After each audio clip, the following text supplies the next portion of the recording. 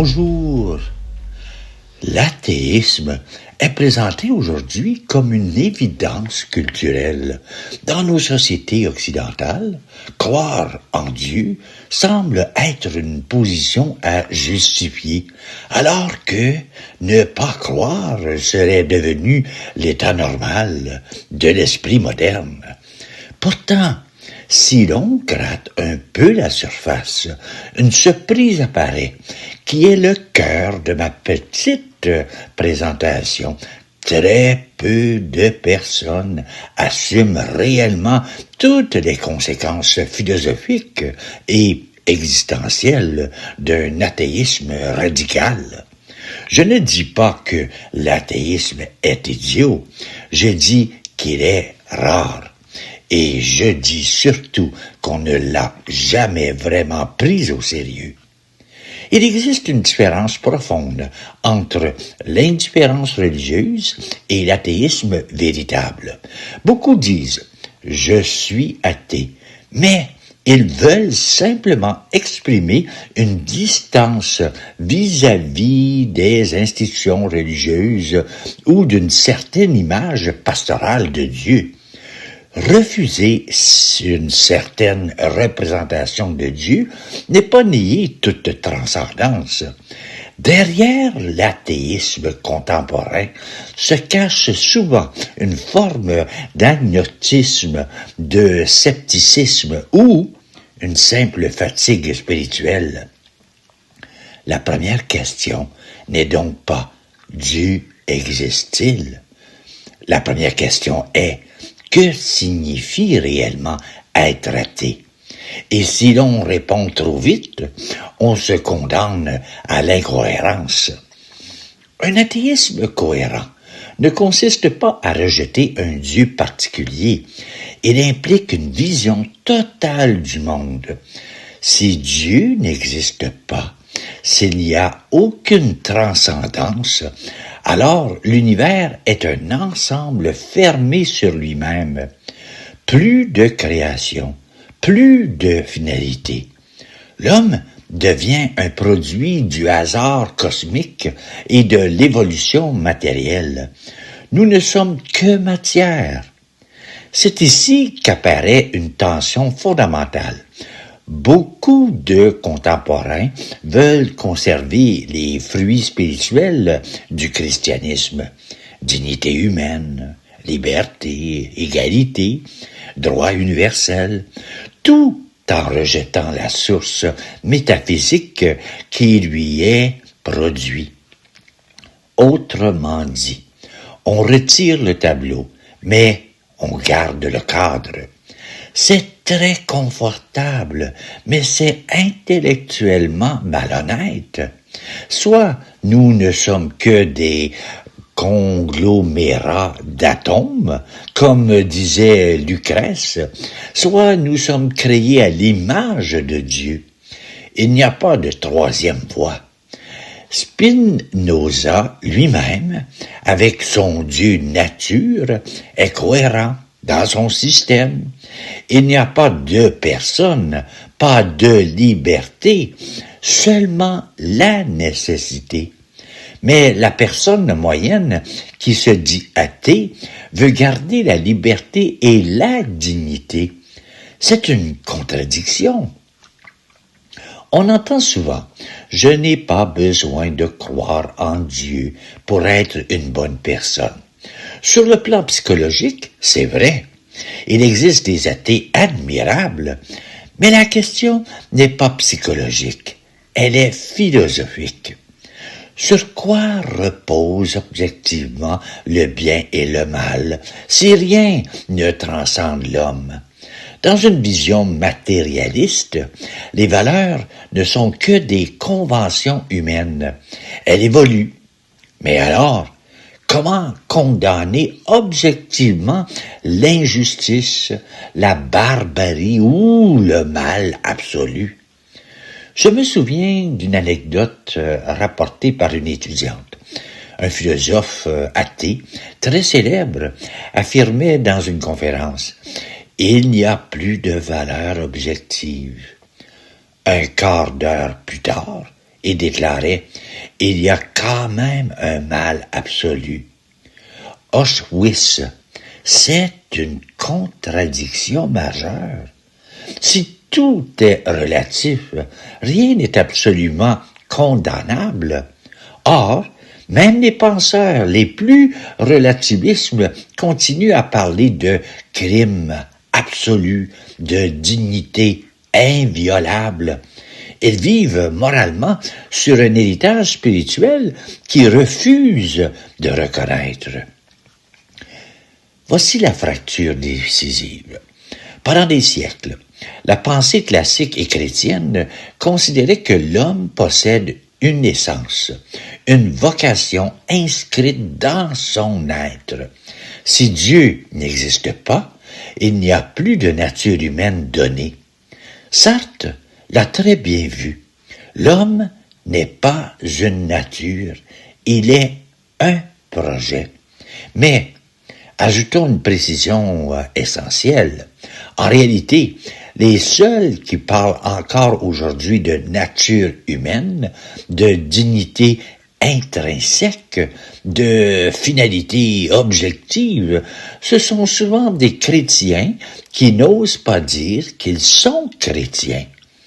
Ils défendent une vision grecque ou classique de l'homme, mais ils en ont perdu la justification métaphysique. Michel Foucault, lui, a tiré les conséquences radicales de l'absence de Dieu. Il a dit « L'homme doit se créer lui-même, se créer son éthique, créer son humanité. Il ne doit pas être fidèle à quelque chose qui le précède. C'est cohérent.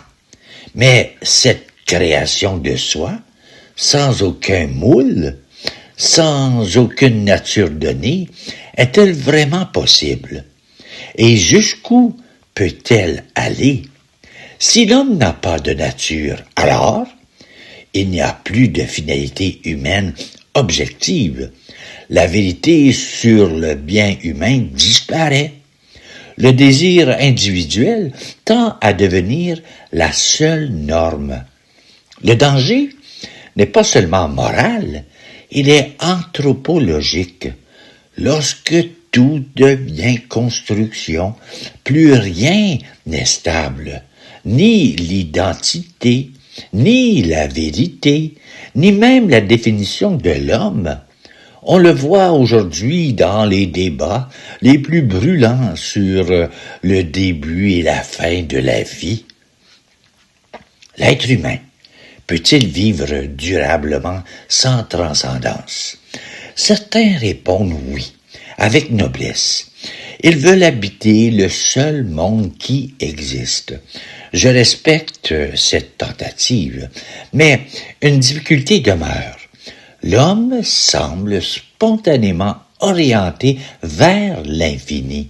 Il cherche un sens qui dépasse sa finitude.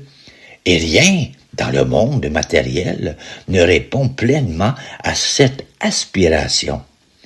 Le nihilisme apparaît comme un risque permanent. Si tout finit dans le néant, pourquoi la vérité serait-elle préférable au mensonge? Pourquoi le sacrifice serait-il supérieur à l'égoïsme? Beaucoup refusent les conséquences ultimes de cette logique. Ils continuent de vivre comme si la liberté, la dignité ou l'amour avaient une valeur éternelle, même lorsqu'ils professent un matérialisme abstrait. C'est le paradoxe central.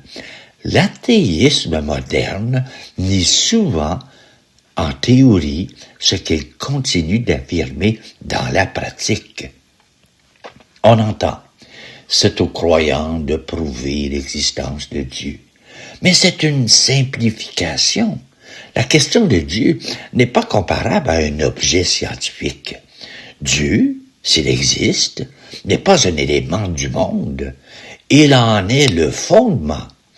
Par conséquent, la question de Dieu engage non seulement l'intelligence, mais aussi la volonté, l'existence entière. Une démonstration abstraite ne produit jamais mécaniquement la foi. L'homme ne cherche jamais la vérité de manière totalement neutre. Ses désirs, ses blessures, ses espérances influencent sa pensée. Croire ou ne pas croire n'est jamais uniquement un acte intellectuel, c'est une décision existentielle. On me dira peut-être, mais Thomas d'Aquin a donné des preuves relationnelles de l'existence de Dieu. Pourquoi ne pas les utiliser? J'aimerais ici faire une précision historique et théologique importante. Thomas d'Aquin a en effet rédigé ces fameux 5 voies au début de la somme de théologie, mais il ne les a pas placées là pour convertir qui que ce soit par la raison seule. C'est un détail fascinant. Dans ses traités vraiment philosophiques, il ne les met pas. Dans la Somme, qui est un ouvrage de théologie destiné aux étudiants en théologie, donc déjà croyants, il les place comme un rappel de ce que la raison peut dire de Dieu avant de passer à la révélation. Jamais Thomas n'a cru qu'une démonstration abstraite, à froid, dans une salle de cours, ferait tomber un athée en larmes et le convertirait. Je n'ai jamais vu personne se convertir en Sorbonne ou d'autres universités après un cours sur les 5 voies. Ce n'est pas comme ça que ça marche. Les preuves philosophiques préparent l'intelligence, mais c'est la volonté, le cœur, la disposition existentielle qui font le pas. Cette question du cadre chrétien conservé sans le Christ, je la retrouve dans une anecdote magnifique. Un jour, au micro d'une radio, Albert Camus, souvent cité comme un penseur athée exemplaire, s'exprimait sur sa morale, sa conception de la dignité, de la révolte, de la liberté. Et le cardinal Daneliou, qui était en face de lui a répondu « Mais ce que vous venez de dire, monsieur Camus, ce sont des valeurs chrétiennes. Vous êtes chrétien sans le savoir. » Camus l'a très mal pris. Il a répondu « Ne me faites pas ce coup-là. Je ne suis pas chrétien. Respectez ce que je dis. Je ne veux pas être votre chrétien anonyme. » Et vous savez quoi? Les deux avaient raison. Mais, pas sous le même rapport. Camus avait raison de dire « Je ne crois pas au Christ. Ne m'impose pas une étiquette qui n'est pas la mienne. » Mais Daneliou avait raison de constater que les valeurs pour lesquelles Camus se battait, la dignité, la liberté, la fraternité, venaient historiquement et structurellement du christianisme. Camus vivait moralement sur un héritage qu'il refusait de nommer. Il avait retiré le tableau, mais il gardait le cadre. C'est ici que je dois mentionner le théologien Karl Rahner, qui a développé une idée célèbre, celle des chrétiens anonymes. Selon lui, toute personne qui vit sincèrement des valeurs d'amour, de justice, de vérité, même sans le savoir, serait en fait déjà en relation implicite avec le Christ. Le christianisme serait présent partout où il y a du vrai et du bien. Cette idée est généreuse. Elle permet d'ouvrir le dialogue, mais elle est aussi très fragile. Et je dois le dire honnêtement. D'abord, elle est difficile à tenir philosophiquement. ou bien le Christ est un personnage historique précis, avec une vie, une mort, une résurrection, ou bien il devient un simple symbole de la bonté humaine. On ne peut pas avoir les deux. Ensuite, elle risque de dissoudre la spécificité du christianisme. Si tout le monde est déjà chrétien sans le savoir, pourquoi évangéliser? Pourquoi les sacrements? Pourquoi l'Église? Enfin, elle peut être vécue comme un mépris déguisé. Tu penses être bouddhiste? Non. En fait, tu es chrétien. Tu ne le sais pas. C'est exactement ce que Camus refusait. L'intention est œcuménique, mais l'effet peut être paternaliste. Je ne dis pas que Ranner a tort sur tout, mais je dis qu'il faut être clair avec les gens à qui l'on parle. Ne leur faisons pas croire que toutes les religions se valent, que le christianisme est présent partout, et qu'au fond, tout le monde est d'accord sur une petite morale sympathique. Ce n'est pas vrai. Et c'est insultant pour l'intelligence de ceux qui ont fait d'autres choix. On m'objectera, puisqu'il existe plusieurs religions. Aucune ne peut être vraie, mais la multiplicité des réponses n'annule pas la réalité de la question. Les religions ne disent pas toutes la même chose. Elles proposent des visions incompatibles. Dieu personnel ou force impersonnelle, création ou monde éternel, révélation ou non. Il ne suffit pas de constater la diversité. Il faut examiner sérieusement la cohérence de chacune. Le relativisme préfère mettre toutes les religions sur le même plan pour éviter la question de la vérité. Mais refuser de chercher la vérité n'est pas une preuve qu'elle n'existe pas. L'athéisme n'est pas simplement l'absence de croyance, c'est une manière d'habiter le monde. Et si l'on veut être athée, qu'on le soit jusqu'au bout, matérialiste, sans nature humaine, sans liberté, sans dignité absolue. Mais alors, qu'on assume que la morale n'est qu'une convention, qu'on assume qu'Aschis n'est objectivement pas pire qu'autre chose dans un univers de pure matière, aussi choquant que cela puisse être à dire, c'est la dure logique du matérialisme. La plupart des athées contemporains reculent devant cette conséquence.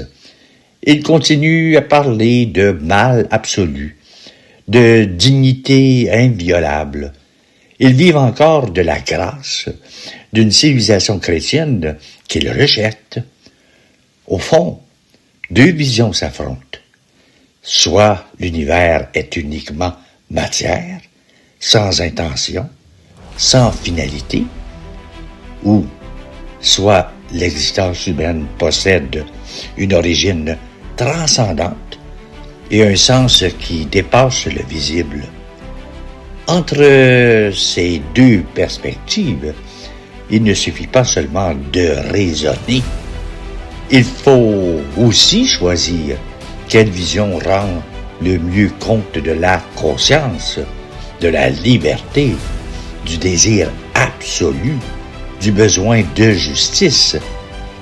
Quant à ceux qui veulent rester entre les deux, sans Dieu, mais avec le cadre chrétien, ils doivent admettre qu'ils vivent peut-être encore de la grâce d'une civilisation qui les a précédés. Mais cette grâce-là a une date de péremption. Et voilà ma réflexion. Merci d'être là. Bonne journée à toi.